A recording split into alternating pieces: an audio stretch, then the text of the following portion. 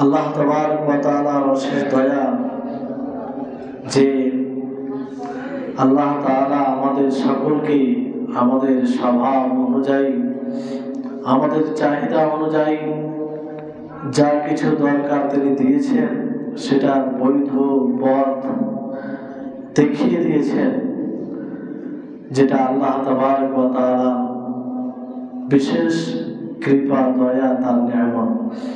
তারপরে আমাদের সকলের প্রাণপ্রিয় নবী করিম মুহাম্মদ সাল্লাল্লাহু আলাইহি ওয়াসাল্লাম, তিনার উপর অসংখ্য শান্তির ধারা বর্ষিত হোক। আল্লাহুম্মা সাল্লি আলাইহি আল্লাহুম্মা বারিক আলাইহি। সম্মানিত উপস্থিতিগণ, আজকে ইনশাআল্লাহ যে বিষয়ে কথা বলবো, যেটা আমাদের সমাজে বিশেষ করে যুবক ভাইরা এবং তাদের সাথে সাথে অন্যরাও তাতে লিপ্ত রয়েছে, যেটা ব্যাপকভাবে ছড়িয়ে যাচ্ছে, সেটা হচ্ছে যে মানুষের মধ্যে আল্লাহ যেটা একটা নেচার দিয়েছে, চাহিদা, যৌন চাহিদা, ব্যভিচার, যৌন চাহিদা, এটাকে অবৈধ পথে পূর্ণ করা, যেটা সমাজে ব্যাপকভাবে ছড়িয়ে যাচ্ছে, যেটাকে রোধ করা, যেটাকে দমন করা আমাদের সকলের জন্য জরুরি। আমাদের যুব সমাজ এ বিষয়ে আস্তে আস্তে আরো অধঃপতনের দিকে চলে যাচ্ছে। আল্লাহ তাবারক ওয়া তাআলা এর বৈধ পথ রাখেনি তা নয়, আল্লাহ তাআলা এর বৈধ পথ দেখিয়ে দিয়েছেন। কোরআন ও হাদিসে স্পষ্ট করে দিয়েছেন যে একজন যুবক সে তার যে এই সময়ে এক মনোকামনা, মনো ইচ্ছা পূর্ণ করার যে তাড়না থাকে, সেটাকে পূর্ণ করতে পারে বিবাহের মাধ্যমে, বিবাহের বন্ধনে, যেটাকে আমরা কোরআন ও হাদিসের ভিত্তিতে সামাজিকভাবে পূর্ণ করে থাকি। এই বিষয়ে আল্লাহ নবী মুহাম্মদ সাল্লাল্লাহু আলাইহি ওয়াসাল্লাম তিনি সতর্ক করেছেন। একজন যুবকের মধ্যে এই চাহিদা থাকবে, এটাই স্বাভাবিক। যে যার মধ্যে এরকম চাহিদা নেই, অবশ্যই তার আসল যেটা প্রাকৃতিক নেচার, তার বিরোধী, এটা কোনো অসুবিধা থাকতে পারে। এজন্য নবী করিম মুহাম্মদ সাল্লাল্লাহু আলাইহি ওয়াসাল্লাম এটাকে কিভাবে মানুষ নিজের নিয়ন্ত্রণে রাখবে, কিভাবে নিজের কন্ট্রোলে রাখবে, তা পথ দেখিয়ে দিয়েছেন। নবী করিম মুহাম্মদ সাল্লাল্লাহু আলাইহি ওয়াসাল্লাম তিনি বলেন, ইয়া শাবাব, হে যুবকের দল, ইহফাজু ফুরুজাকুম, তোমরা নিজের লজ্জার স্থানের হেফাজত করো, তাকে সংযত রাখো। লা তাজনু, তোমরা ব্যভিচার করো না, জেনা করো না, অশ্লীল কাজ করো না।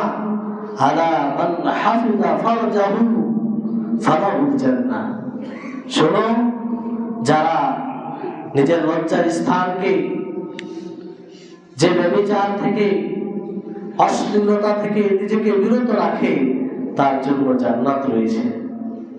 তার জন্য সেই জান্নাত রয়েছে, যে জান্নাত আল্লাহ তাবারক ওয়া তাআলা মুত্তাকিন পরহেজগার তাদের জন্য তৈরি করেছেন। হে যুবকের দল, নবী করিম মুহাম্মদ সাল্লাল্লাহু আলাইহি ওয়াসাল্লামের এই হাদিসকে স্মরণে রাখতে হবে। আজকে আমাদের যুব সমাজ এই তাড়নায় ছুটে যাচ্ছে, এটাকে পূর্ণ করার জন্য অসভ্য অকর্ম করছে। পরের মেয়ে, পরের বউ, পরের স্ত্রীকে নিয়ে ছিনিমিনি খেলা হচ্ছে, অথচ তার বাড়িতে তার বউ আছে, তার কন্যা আছে, তার স্ত্রী আছে, তার বউ আছে, তার ব্যাপারে সে গায়রত রাখে। সে কখনো চায় না যে আমার বোনের দিকে কেউ তাকাক, সে কখনো চায় না আমার স্ত্রীর দিকে কেউ তাকাক, সে কখনো চায় না যে আমার মায়ের দিকে কেউ এরকম কুনজর দেখ। কিন্তু যুবক, তুমি তো তোমার যখন এই যৌন ইচ্ছা পূর্ণ করার তাড়নায় থাকো, তুমি কি ভুলে যাও যে এটাও কারো স্ত্রী, এটাও কারো বোন, এটাও কারো মা, এটা কারো ভাতিজি, এটাও কারো প্রতিবেশী, এটাও কারো চক্ষু শীতল কারণ। তার সম্মানকে নিয়ে তুমি ছিনিমিনি খেলা খেলছো, তোমার সাথে যদি হয় তো তোমার কি অবস্থা? যুব সমাজ সেটা ভুলে যায়। আজকে সেই যুব সমাজ সেই তাড়নায় পড়ে গেছে, বিভিন্ন ভাবে লিপ্ত হচ্ছে, সমাজে আম হয়ে গেছে, ব্যাপক হয়ে গেছে। আমরা হয়তো লক্ষ্য করছি না, বুঝতে পারি না। অনেকে এরকম হয় যে একজনকে নিয়ে পালিয়ে যায়, তাদের বিবাহের প্রয়োজন পড়ে।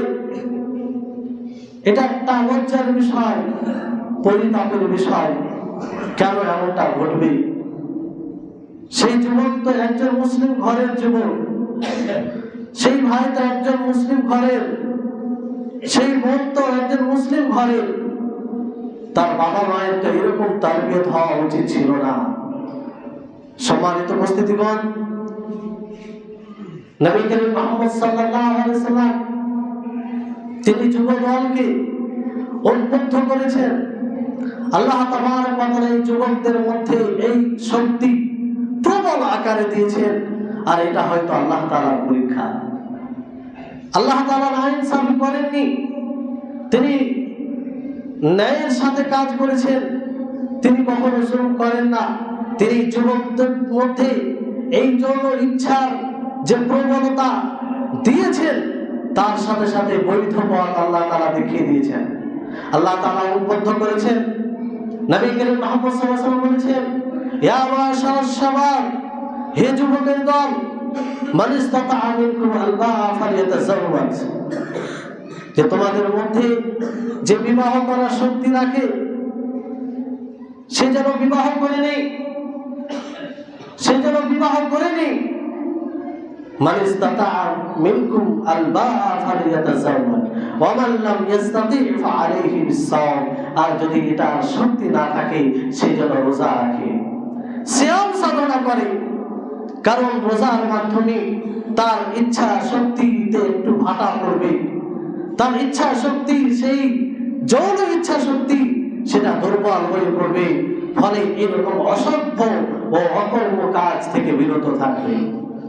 সম্মানিত উপস্থিতিগণ, যুবকের দলকে বিশেষভাবে বলব, বাকি যাদের মধ্যে এই অভ্যাস আছে তাদের সকলকে এই হাদিসটি মনে রাখতে হবে যে নবী করিম মুহাম্মদ সাল্লাল্লাহু আলাইহি ওয়াসাল্লাম তিনি বলেন যে যেই 7 শ্রেণীর মানুষকে আরশের ছায়া দান করা হবে, আল্লাহ তাআলা তাদের জন্য ছায়া সৃষ্টি করবেন, যেই দিন সকলেই নিজের আমল অনুযায়ী নিজের ঘামে হাবুডুবু খাবে। কারো ঘাম হাঁটু পর্যন্ত হবে, কারো ঘাম কোমর পর্যন্ত হবে, কারো ঘাম বুক পর্যন্ত হবে, কেউ ঘামে হাবুডুবু খাবে।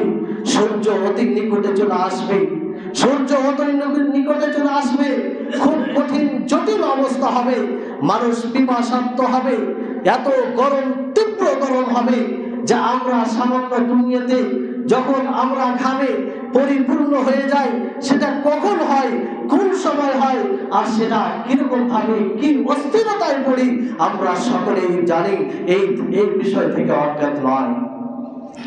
সেই সময় আল্লাহ তাবারক ওয়া তাআলা 7 শ্রেণীর মানুষকে ছায়া দান করবেন।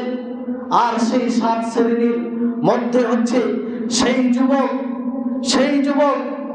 যে যুবককে কোন রূপসী নারী, কোন সুন্দর নারী, কোন মেয়ে তাকে অশ্লীলতার দিকে ডাক দেয়, তাকে অশ্লীলতার দিকে আহ্বান করে, আর সে বলে, হাদিসের ভাষা হচ্ছে ওয়ারাজুলুন দাআতুহু ইমরাতুন যাতু মানসাবিন ওয়া জামালিন, যে এমন এক যুবক, এমন এক মানুষ যাকে সুন্দর রূপসী মহিলা নিজের দিকে আহ্বান করে, আর সে বলে ফাকাল, সে বলে ইন্নী আখাফুল্লাহ, আমি তোমার সাথে এই অশ্লীলতা করতে পারি না, এই অসভ্য কাজ করতে পারি না, কারণ আমি আল্লাহ তাআলাকে ভয় পাই। এখানে হয়তো কেউ নেই, এখানে হয়তো চারিদিকে দেওয়াল আছে, ওপরে ছাদ আছে, কারো দৃষ্টি পড়ে না, কিন্তু মহান স্রষ্টার দেখা থেকে, তার নজরদারি থেকে আমরা কখনো ঝুঁকিত হতে পারি না। ফলে তোমার সাথে এইরকম ভাবে কাজ করে আল্লাহর অবাধ্যতা করতে পারি না। যুবক, তোমাকে বলছি, তোমার হৃদয়ে এই হাদিসটি কি সাড়া দেয় না? তোমার মধ্যে এই চাহিদা কি জাগে না? যেই দিন কারোর জন্য কোনো ছায়া থাকবে না, যেই দিন মানুষ জটিল অবস্থায় হবে, যেই দিন মানুষের মাথার উপরে অতি নিকটেই সূর্য থাকবে, সেই দিন তোমাকে, আজকে যদি তোমার যৌবন অবস্থাকে তুমি তোমার নিয়ন্ত্রণে অতিবাহিত করো, শরীয়ত অনুযায়ী চলাফেরা করো, তোমার যৌন ইচ্ছা এটাকে পূর্ণ করো বৈধ পদ্ধতিতে বিবাহের মাধ্যমে, অথবা বিবাহ করার শক্তি না থাকলে তার উপরে ধৈর্য ধারণ করবে, তাহলে তুমি সেই দিন ছায়া পাবে। সম্মানিত উপস্থিতিগণ, সেদিনকার দৃশ্য আল্লাহ তাবারক ওয়া তাআলা কোরআনে এক জায়গায় নয়, দুই জায়গায় নয়, অনেক জায়গায় আল্লাহ তাআলা সেই দিনের বাস্তবতাকে তুলে ধরেছেন, সেই দৃশ্যটাকে কোরআনে তুলে ধরেছেন। কোরআনকে জিজ্ঞাসা করুন, কোরআন স্টাডি করুন, দেখবেন, বুঝতে পারবেন আল্লাহ তাআলা কি সুন্দর ভঙ্গিমাতে বলেন। তিনি বলেন, ইয়াউমা লা ইয়ানফাউ মালুন ওয়ালা বানুন ইল্লা মান আতাল্লাহা বিকলবিন সালিম। সেই দিন তো কারো মাল কোনো কাজে আসবে না, কোনো সন্তান কোনো কাজে আসবে না, কারো দাপট কোনো কাজে আসবে না, কারো নেতৃত্ব কোনো কাজে আসবে না। আল্লাহ তাআলা আরো বলেন, ইয়াউমা তাজিদু কুল্লু নাফসিন মা আমিলাত মিন খায়রিন মুহদারা, যে সেই দিন প্রতিটি মানুষ, প্রতিটি নফস, প্রতিটি আত্মা সেই দুনিয়াতে যা করবে সেটা উপস্থিত পাবে, তার কর্মকে সে দেখবে, সামনে উপস্থিত দেখবে। আল্লাহ তাআলা আরো বলেন, ইয়াউমা ইয়াফিরুল মারউ মিন আখি, সেই দিন একজন মানুষ নিজের ভাইকে দেখে পলায়ন করবে, নিজের পিতামাতা যে সবচেয়ে কাছের মানুষ তাকে দেখে পলায়ন করবে, নিজের স্ত্রীকে দেখে পলায়ন করবে, নিজের সন্তানকে দেখে পলায়ন করবে। সেই দিন আপনার কাজে আসবে আপনার আমল, সেই দিন কাজে আসবে। যুবক, তুমি যদি তোমার যৌবনকে, তোমার যে এই অবস্থায় যৌন চাহিদা যে প্রবণতা রয়েছে, এটাকে যদি তুমি নিজের নিয়ন্ত্রণে রাখো, সেটা তোমার কাজে আসবে, সেটা তোমার নাজাতের কারণ হবে। সম্মানিত উপস্থিতিগণ, এইভাবে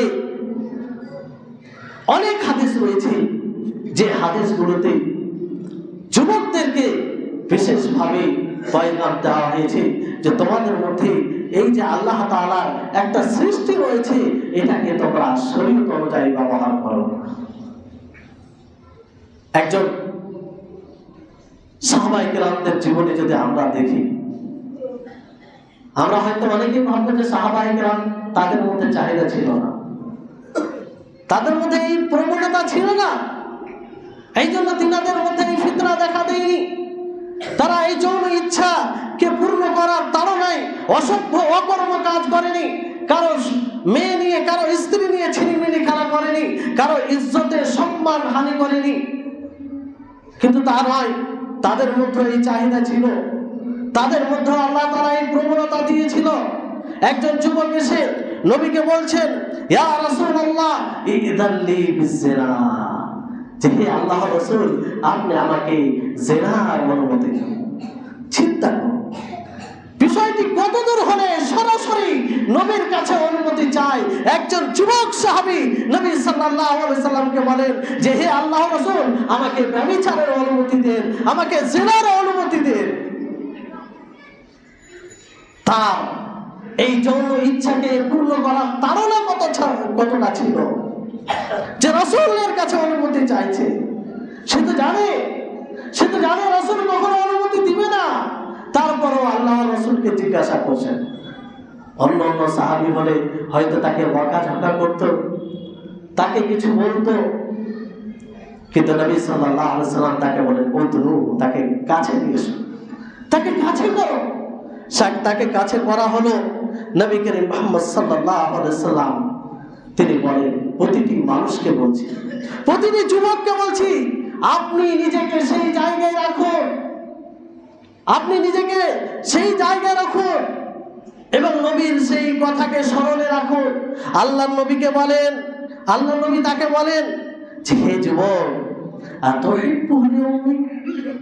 তুমি যে ব্যভিচারের অনুমতি চাইছো, তুমি যে জিনার অনুমতি চাইছো, তুমি যে অশ্লীল কাজের অনুমতি চাইছো, তুমি কি তোমার মায়ের সাথে, তুমি কি চাও, তুমি কি পছন্দ করো যে তোমার মায়ের সাথে এটা করো? সেই যুবক বলল, এটা কি করে হয়, এটা কি করে হয় যে আমি আমার মায়ের সাথে এটা কেউ করুক আমি এটা পছন্দ করব? আমার মা ব্যভিচারিণী হোক, এটা কি করে পছন্দ করতে পারি?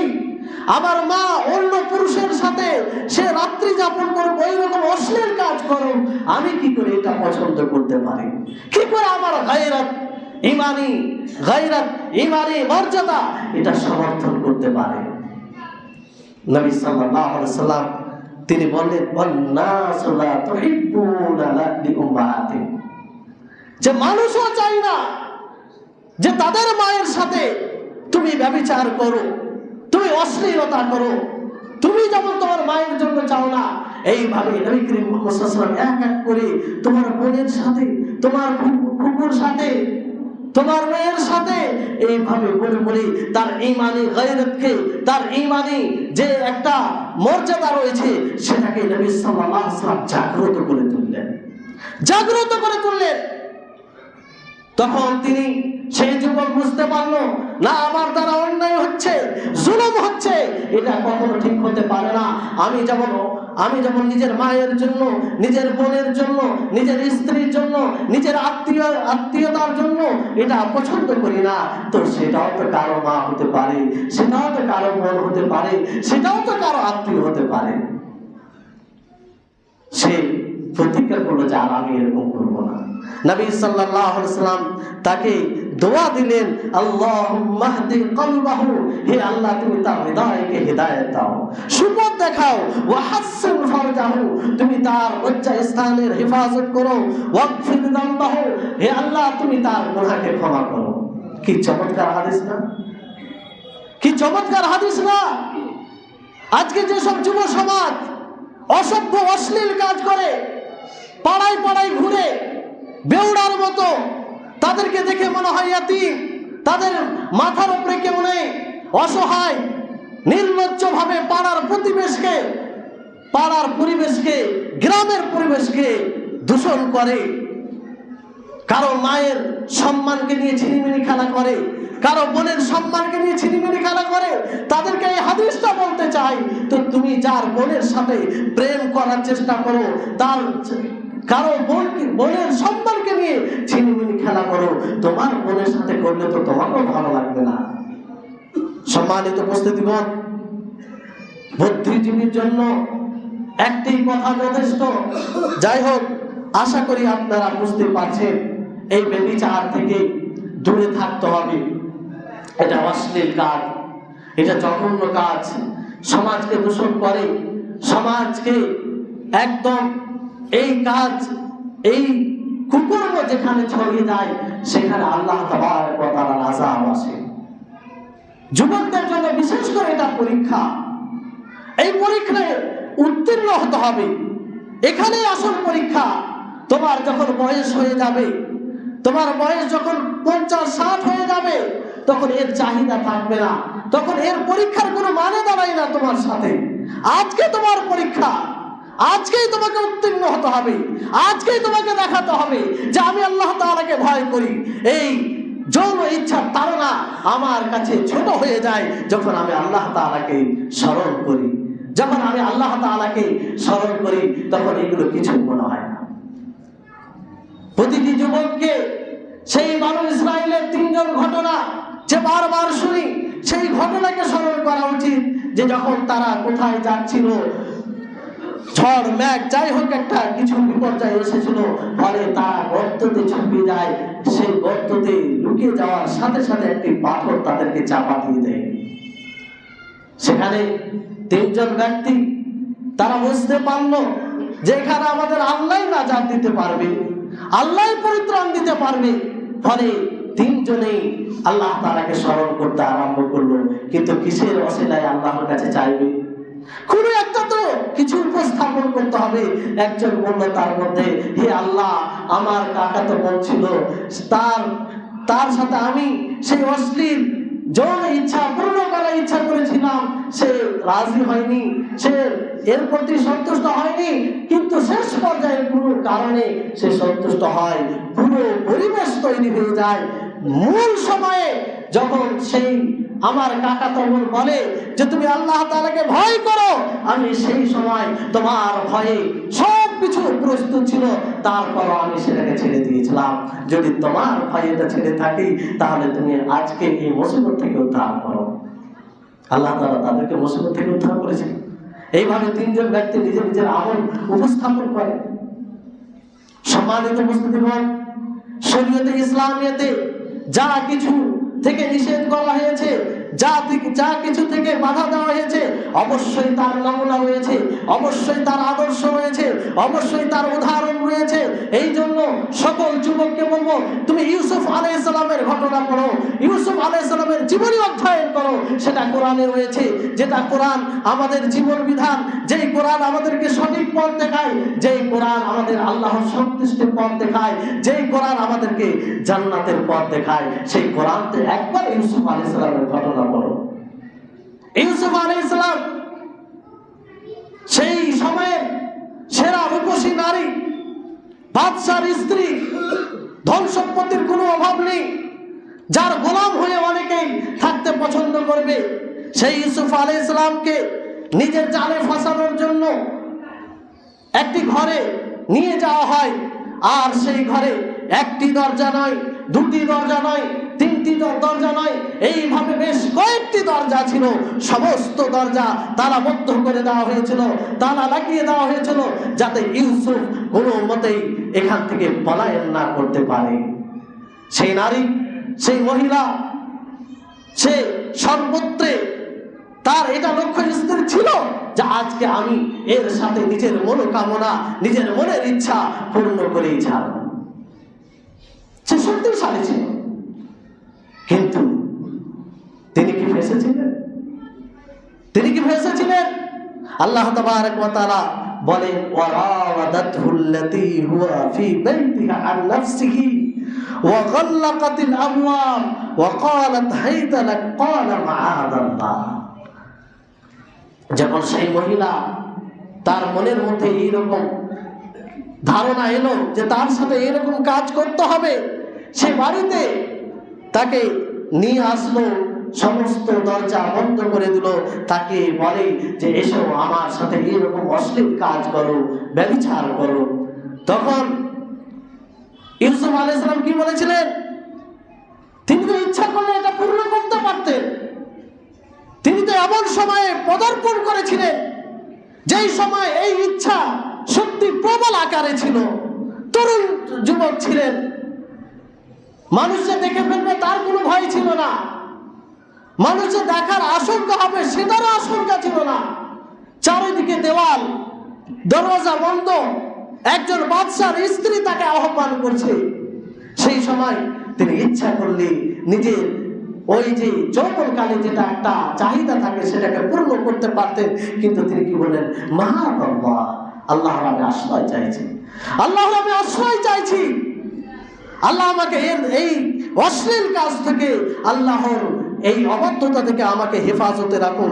ইন্নাহু রাব্বি আহসানা মাসওয়ায়া ইন্নাহু লা ইফলিহুল যালিমুন। যে আমার মনিব আমার জন্য থাকার ব্যবস্থা করেছেন, জালিম কখনো সফল হয় না। সম্মানিত উপস্থিতিগণ, ইউসুফ আলাইহিস সালাম তার কিভাবে সহযোগিতা আল্লাহ তাআলা করেছিলেন জানেন? যে সেই দরজাগুলো খুলে যায়, আল্লাহ তাআলা তাকে সংরক্ষণ করেন। এই জন্য বলা হয়, আপনি আপনার প্রচেষ্টায় যদি সততা থাকে, আপনার প্রচেষ্টায় যদি ইখলাস থাকে, আপনি ঠিক যদি আল্লাহর সন্ধানে থাকেন, আপনি ঠিক যদি আল্লাহকে পাওয়ার প্রচেষ্টা করেন, তো অবশ্যই আল্লাহ তাআলা আপনার জন্য আপনার পথকে সহজ করে দিবেন। আপনার সম্মুখে পাহাড় সমতুল্য মুসিবত থাকলেও, আপনার সম্মুখে পাহাড় সমতুল্য ফিতনা থাকলেও, সেই ফিতনাকে এড়িয়ে আপনি ঠিক আল্লাহ তাআলার সন্তুষ্টির পথেই অবিচল থাকবেন। আল্লাহ আপনার জন্য সহযোগী হবে, আল্লাহ আপনার সহায়ক হবে। যেমন ইউসুফ আলাইহিস সালামের সাথে তিনি সহযোগিতা করেছিলেন। ইউসুফ আলাইহিস সালামকে সরাসরি আল্লাহ তাবারক ওয়া তাআলা সহযোগিতা করেছিলেন। সম্মানিত উপস্থিতিগণ, চিন্তা করুন, যুবকদেরকে এখান থেকে শিক্ষা নেওয়া উচিত। আজকে যুব সমাজ সেই যৌন ইচ্ছা পূর্ণ করার কারণে অনেক কিছু করে, গান বাজনা শুনে, আর এমন জায়গায় আড্ডা দেয় যেখানে মহিলারা একত্রিত হয়, মহিলাদের সমাবেশ হয়, সেখানে যায়, পাড়ায় পাড়ায় ঘুরে পাড়ার পরিবেশকে দূষণ করে। যুবক, তুমি পৃথিবীতে টিকে থাকা অন্য মানুষদের লজ্জার কারণ হইও না। যুবক, তোমার জন্য যেন পৃথিবী গর্বিত হয়। এই গাছপালা, পাহাড় পর্বত তোমার জন্য দোয়া করে যে এরা আল্লাহর আনুগত্যশীল, এরা শৃঙ্খলা বজায় রাখে, এরা শরীয়তকে মেনে চলে। যুবক, তুমি এমনটা হয়ো না যে পাহাড় পর্বত তোমার জন্য দোয়া করবে। এই যে ডিজে বাজিয়ে যাচ্ছে, মানুষের হৃদয়ে কম্পন শুরু করে দিচ্ছে। মানুষের হৃদয়, যাদের কম্পন দুর্বল হার্ট রয়েছে, তারা হয়তো অসুস্থ হয়ে যাবে। যুবক, তোমাকে বলছি, আজকে তোমার রক্ত গরম, তুমি কারো কথা মানছো না, উপেক্ষা করছো। একটু অপেক্ষা করো, একটু অপেক্ষা করো। কবরে কিছুদিন, হয়তো আজকে না হয় কালকে, না হয় পরশু, না হয় 5 বছর পরে, না হয় 10 বছর পরে যাবে। তুমি মানুষকে এইভাবে কষ্ট দিচ্ছ, তুমি একাকী।